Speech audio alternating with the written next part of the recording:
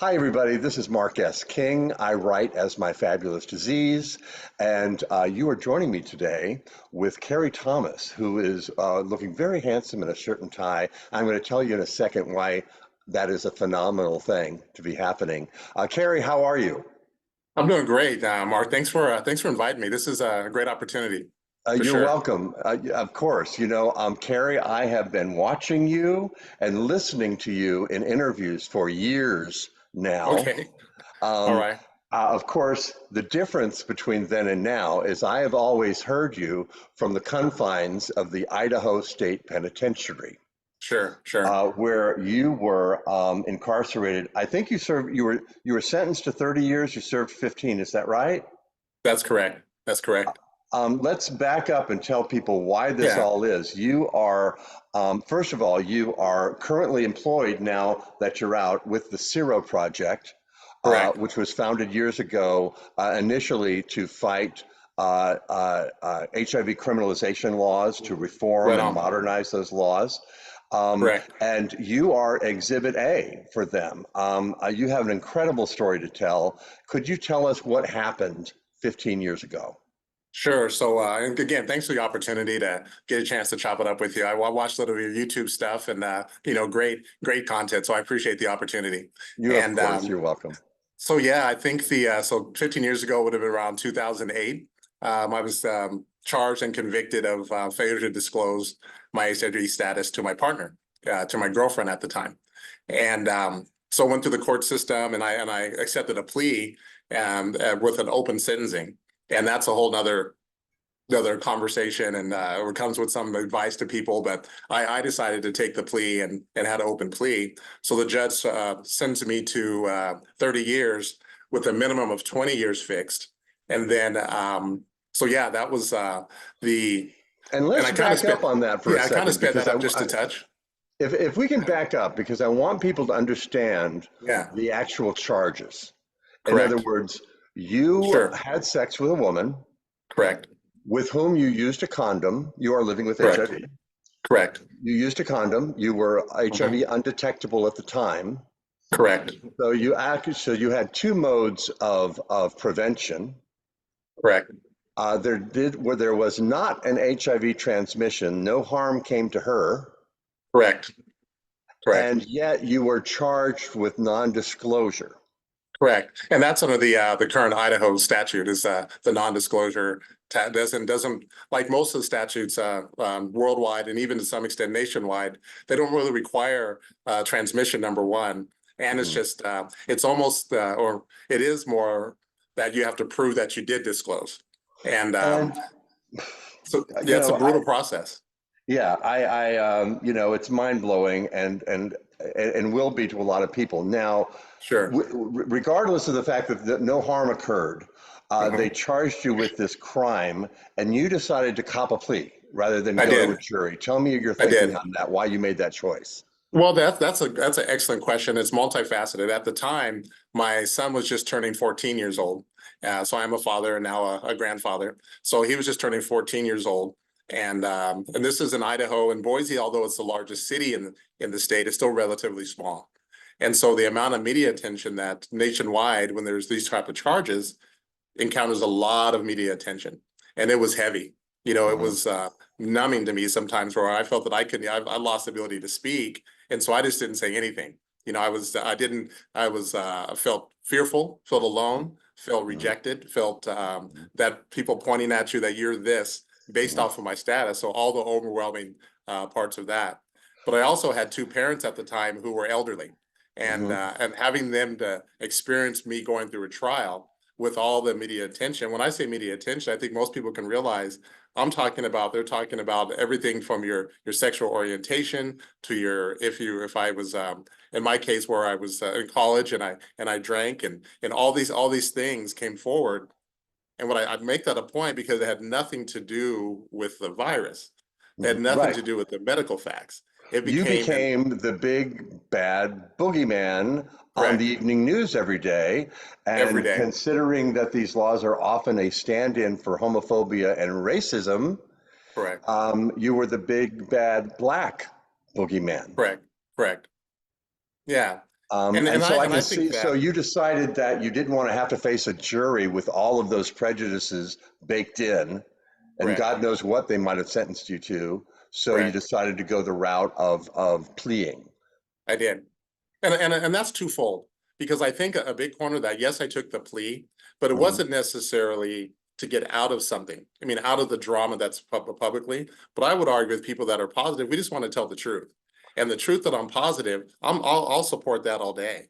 You know, mhm, even at that time in 2008, it wasn't as if um, I wasn't talking about my status. mhm, You know, it wasn't that people in my work environment didn't know about my status, and my mhm, employers, but it mhm, comes down to the people who need to know. mhm. And I would Yeah, argue that not every person I come by in the street, then I'm not downplaying my relationship with the victim in this case, mhm. but it's not a requirement for people who are positive to have to put their business all the way out there 24/7. That's Yeah, my I issue. know I've often said that my personal medical information is none of your business in Correct. most circumstances, and I would argue in nearly all circumstances, really, Correct. Correct. especially if I pose no threat to you. Sure.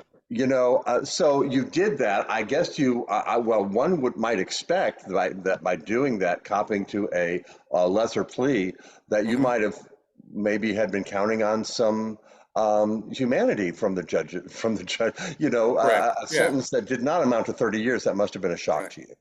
And I think that I'm very glad you brought that up, because what always rings to me, and I'm sure we'll get talk about some of the 15 years as well. But what Mhm, really rang to me and what drove me over those 15 years was that, because you know, when you're sentenced, they tell their why. The judge says why I'm getting ready to sentence you to this time. mhm. And so what he said was, you know, that he felt that, and I'm paraphrasing to some extent, but he said that I can't trust you to trust you to be in society. And that really hit me.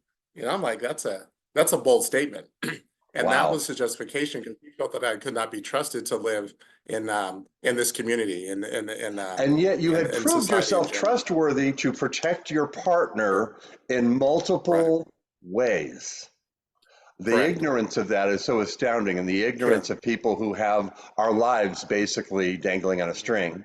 Um, Right. I don't know And I how want you to, manage not to become extremely bitter and angry during the years of your incarceration. I know for a yeah, fact you you bet. didn't, or at least you might have gone through your process, but Of course. by Of the time course. I saw you speaking at the HIV is not a crime conferences from Mhm. incarceration, you were as you are now. You were well spoken.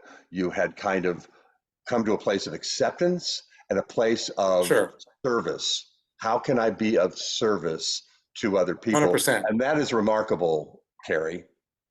Right. Well, I appreciate that, and I think most of us, again, this the rhetoric. I believe that we have far more in common than difference, and I think when people go through some kind of difficult time, that's when we should pull together more, and that's the case. And I'd be remiss to say this, that I think that and that's where SERO is very powerful in this, because a lot of times in my case, I don't disregard my accuser in this case as well, because criminalization, if you broaden that definition of criminalization, once the courts get involved, boy, it puts a strain on everyone, even the person who's making the accusation. So there's not that what I mean by that, there's not that opportunity to have the give and take and get honest medical information to the person. Mhm, That's left out. They're mhm, left to believe all the negative things that you were talking about as well, as how that I'm a pariah, that anyone who's mhm, HIV positive is reckless, and all that rhetoric. You're right. All the phobia, the racism starts slipping in, mhm. and what I've learned over the years is that the victim in this case, she just wanted an explanation. She wanted to Yeah. know why someone that she trusted in an intimate way would put her at risk. You And see, you know and so what? the Her opportunity. ignorance, I don't mean, I'm sorry to interrupt you. No, you're Her good. ignorance is understandable. There's a lot of Hmm. people who are You ignorant bet. about HIV. And as you say, she kind of wanted an explanation as to why this was, because fear is a powerful thing. She was afraid. She You wanted bet. an explanation. But I guess once the Exactly. cops are involved, there's no going back, It, it it becomes a right? different narrative. You bet. You Yeah. bet. In other words, she can't take it And I can back and say say, this. oh, never Right. mind. I got my answers. Please don't charge him because now the cops are involved. It's too late. It's something I'll be always thankful for. So in order to, I know we're jumping around a little bit, Yeah. but I in order to get I had to file what's called a commutation in Idaho. And that goes not to the state, but it goes to the parole commission. And the Mhm. parole commission is the one who decided that they're going to modify my sentence, which allowed me to get out, in September. But Mhm. part of that was my accuser, or my victim in this case. She wrote a letter saying, okay, I'm not gonna fight if you guys choose to. She didn't say I want him out, I don't want him out. Her letter was more, I understand, and I'll leave the decision up to you, which is an amazing approach. Because in Yeah. the front end, nationwide, when the prosecutors come to criminalize people or to charge people, that's the conversation they need to have. Turn it over Mhm. to the professionals, turn it over to the medical society, Yeah. not Sure. the police. Mhm. I'm not anti-police, but if I have a Mhm. toothache, I'm going to a dentist. I'm not going to the police department. Right. So why in a case of HIV, you go to the police department versus the medical society? Right, exactly. And because as we know, especially through things like U equals U, undetectable equals Exactly, untransmittable, those programs are pushed by the CDC and other public health exactly, institutions to educate people about what it means to be exactly. undetectable. 100%. Um, there's a lot we could say about your You bet. 15 years in being incarcerated, but I don't have a lot of time, but I want to Sure. focus on one thing, and that is, again, you decided to be of service during the time that You you were bet. there. And I'm You sure you were bet. involved in many different things, but you were certainly Hmm. involved in HIV education. And You I bet. want to ask you, first of all, it's probably the furthest thing from your mind once upon a time that you would become an HIV activist of some You sort, bet. right? You bet. Am I right? Especially, yeah, especially in '88. I tested positive in '88. Oh, there And you go. right. So it's probably not something that was high on your list of to-dos, maybe once Sure. upon a time. And You yet bet. here you are in this situation and you start educating people. Um, Mhm. you are now amongst our community of You bet. wonderful, vibrant, colorful people of very diverse and all of that. But just from a practical standpoint, you were incarcerated. People knew that, presumably, your HIV status. Right. And I'm wondering what kind of how you kind of surmounted the homophobia that comes with that, the Sure. assumptions about who you are, and how you kind of got past that to educate Yeah, no and be doubt. of service. Yeah, that's a excellent question.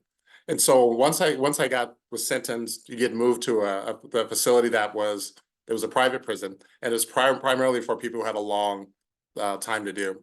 And so I'm adjusting, and I get a little notice from some guy in Pennsylvania. Turns out to be Sean Strub, right? And that he's doing a documentary. And I was like, yeah, I'm just trying to sit in. I'm just trying to get along with the person I'm selling with, Hmm. and so I really wasn't interested necessarily. Hmm. And then Sean comes, and I don't know if I ever told him the story or not, but so I agreed for him to come. I'm walking to the visiting room where we're going to have the meeting where he's going to do the documentary. And I'm walking with the officer, and I'm like, look, I'm being polite because this gentleman wants to have a conversation. Haven't met him yet, Hmm. but give me about 15 minutes and get me out of here. We ended up spending 8 hours in the visiting room. And toward the end of that, I didn't know what it was going to be that I wanted to do as far as being an activist. I didn't have a definition what that meant, but I know I wanted to be involved. I knew that I didn't want the next person in Idaho or otherwise to have to go through the things that I went to do. And anything that I could do to help with that, I was on board. So I don't know if that exactly answers your question, but that was kind of the genesis for me, was just sitting down and having the conversation, why it's important for me to speak up. No, of course it will. It's funny because a Q&A version of our conversation right now will be appearing on the pages of Pause Magazine, Okay. which was, by the way, founded by the founding editor, Sean Strub. Correct. So once Correct. again, all roads seem to lead to Sean Strub, Exactly. and he Exactly. certainly has a knack for recognizing potential in people Sure. and drawing it out and being their cheerleader. It sounds like that's what he was for you. Very much so, and more so than a cheerleader. I see him as a mentor. Hmm. And the whole time, the 15 years, so it was like 12 years that I've known Sean. that he's always been there for me, and Cindy Stein with SERO as well, and Mhm. now that I'm out, even more extended the whole Yeah. SERO organization. But I Mhm. also be remiss in to say that, and I've only been involved in the Idaho system, and the Idaho Department of Correction equally was a partner with myself and SERO Mhm. from the moment SERO was interested into the day I walked out the door, meaning that they allowed me to speak at conferences. And I don't know if that's something that's unique. I think it's something unique across the country. And the value of that for me, and that it gave me the space to figure this thing out. They Mhm. gave me the space to say, you know what, I do want to be an advocate. You know, I do want to speak up for the trans people that are in this facility, Mhm. or the Mhm. 18-year-old that comes there and he's not sure how he's going to survive. The person Right. who's HIV positive and he's not 6'4", and his face hasn't been blown over the news. So Mhm. I was able to develop, because of the Department of Corrections, relationship with a lot of people that way, to where it's all about the conversation today about relationships and connection. It's who I know now that brings value to my life and has brought, in this case, freedom back to my life. And I don't know if that makes sense or not. Does it make sense? You're talking to a long-term HIV survivor. Yeah, And one thing you and I have in common beyond HIV is this idea that we were in a situation in which we felt all was lost, you bet. and we figured out a way to turn it outwards You bet. toward others, You bet. which to me is the little secret to life. Isn't You it take though? what's going on with you and you figure out how to use it in a way that's productive to help somebody else, Isn't that the truth? I mean, you know? because when spiritually grounded that I am now, the joy I get in the world is not mine anyway. I get the Mhm. opportunity to receive joy. It's not something that I own or possess. And Mhm. since I don't own it, it's not mine. It's a gift. You Mhm. get more by giving it away. Yeah. You Mhm. don't hold on to it. And my fear, but that my first diagnosis was that I better hold on to, whatever I thought that my self-worth was at the time, And and today well, it's not that it's case. right. Carrie, as it turns out, all the corny things they say are true. Very much In so. terms of that sort of giving and receiving and all of You that. bet. And God knows either of us would have plenty of reason to be resentful or a little jaded at this point in our lives, Sure. taking what we've been through. And Right. it sounds like neither one of us are, and we're using it to help Yeah, somebody else, that's you what know? I'm sure you've heard of, and I quit smoking years and years ago, Hmm. 30 years ago. Hmm. And holding on to resentment, that's chain smoking hate, and I just can't do that. I don't smoke no more, you Yeah, know. And yeah. so we gotta let that stuff go. I mean, am I sad at times? You bet.